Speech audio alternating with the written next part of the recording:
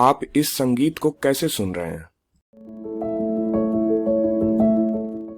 वैसे आप शायद जानते होंगे कि आपके स्पीकर ध्वनि उत्पन्न कर रहे हैं और आपके कान उसे सुन रहे हैं, लेकिन यहाँ और भी बहुत कुछ हो रहा है। आप देख सकते हैं कि आपके सभी स्पीकर अभी जो कर रहे हैं वह इसके पास की हवा के कणों को कंपित कर रहे हैं।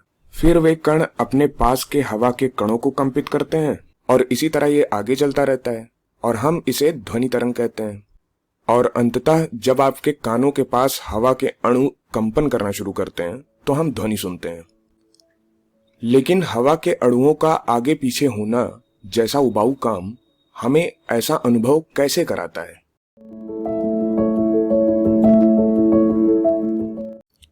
वैसे इसके लिए हमें अपने कान को ध्यान से देखना होगा। मेरा मतलब है कि कान की पूरी संरचना।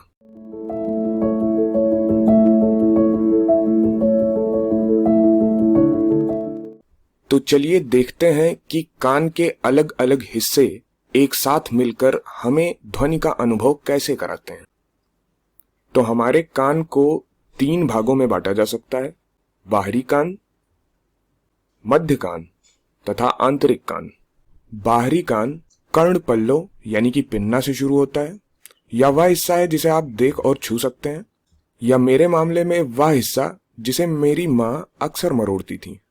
इसका काम ज्यादा से ज्यादा ध्वनि तरंगों को इकट्ठा करना और इसे श्रवण नलिका यानी कि ऑडिटरी कनाल में पहुंचाना है।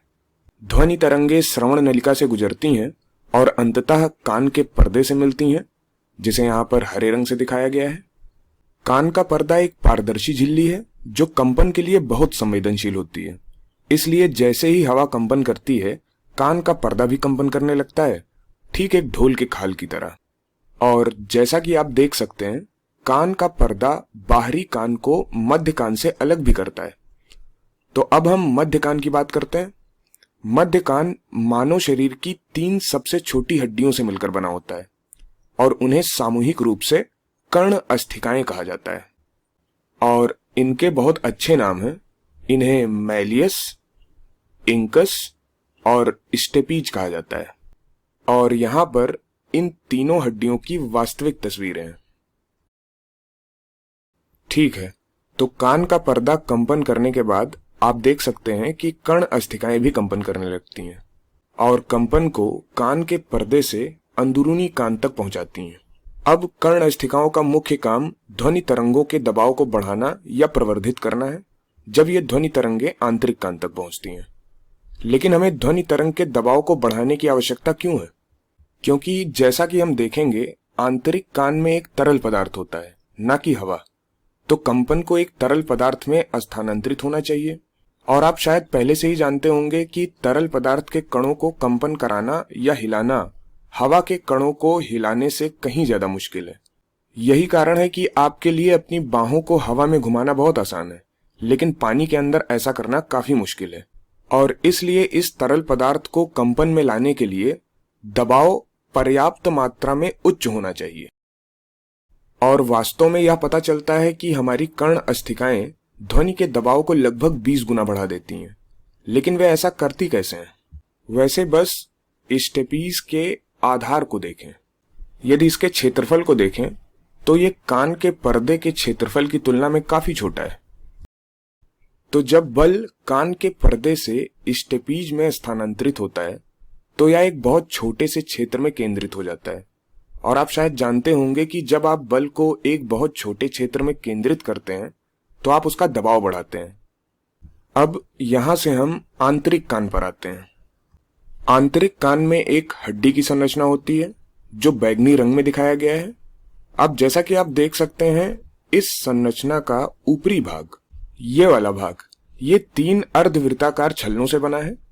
वे हमें चलने या नाचने या जो कुछ भी हम करते हैं उसमें संतुलन बनाए रखने में मदद करते हैं। तो ये श्रवण में शामिल नहीं है, मतलब ये हमारे सुनने में मदद नहीं करता, इसलिए ये हमारे लिए इतना महत्वपूर्ण नहीं है।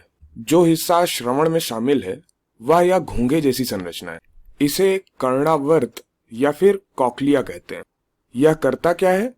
वैसे सभी हड्डियां पहले ही संगीत पर नाचने लगी हैं, लेकिन कुछ भी तब तक सुनाई नहीं देता जब तक ये कंपन विद्युत में परिवर्तित नहीं हो जाता। और हमारे मस्तिष्क को भेज नहीं दिया जाता, और कॉकलिया बिल्कुल यही करता है। अब कॉकलिया बहुत जटिल है और यह थोड़ा रहस्यमय भी है। आज भी इसके बारे में कुछ चीजें हैं जो हमें नहीं पता, और इसलिए हम निश्चित रूप से बहुत गहराई में नहीं जाएंगे। लेकिन जैसा कि पहले उल्लेख किया गया है, इसमें एक तरल पदार्थ होता है, और जब स्टिरअप हमारे कॉकलिया से टकराता है, यह तरल पदार्थ कंपन करने लगता है, और फिर कॉकलिया में कुछ विशेष कोशिकाएं होती हैं जो इन कंपनों को विद्युत संकेतों में परिवर्तित करती हैं, और ये विद्युत संकेत श्रवण तंत्रिकाओं यानी कि ऑडिटरी नर्व के माध्यम से आपके मस्तिष्क तक जाते हैं, जहां इसे अंततः ध्वनि के रूप में समझा जाता है। और आपके कॉकलिया की कोशिकाएं अद्भुत है। जो विद्युत आवेग ये उत्पन्न करती हैं, वे ध्वनि कितनी तेज है या ध्वनि कितनी कमजोर है, इसके प्रति अत्यधिक संवेदनशील होते हैं, चाहे वह उच्च आवृत्ति हो या निम्न आवृत्ति। और परिणाम स्वरूप आपका मस्तिष्क ध्वनि में सबसे छोटे अंतर को भी पहचान सकता है, और इसलिए आप विभिन्न अक्षरों या शब्दों को समझ सकते हैं, या यहां तक कि समझ सकते हैं कि अभी मैं कह क्या रहा हूं, या इस संगीत के विभिन्न नोट्स को सुन सकते हैं।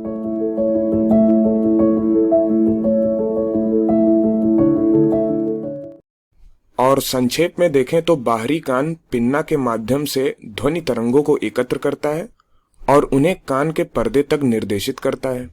मध्य कान की 3 अस्थियां इन ध्वनि तरंगों को प्रवर्धित करती हैं, इसे कॉकलिया में स्थानांतरित करती हैं, और कॉकलिया कणों के आगे पीछे के कंपन को विद्युत संकेतों में परिवर्तित करता है और इसे हमारे मस्तिष्क को भेजता है।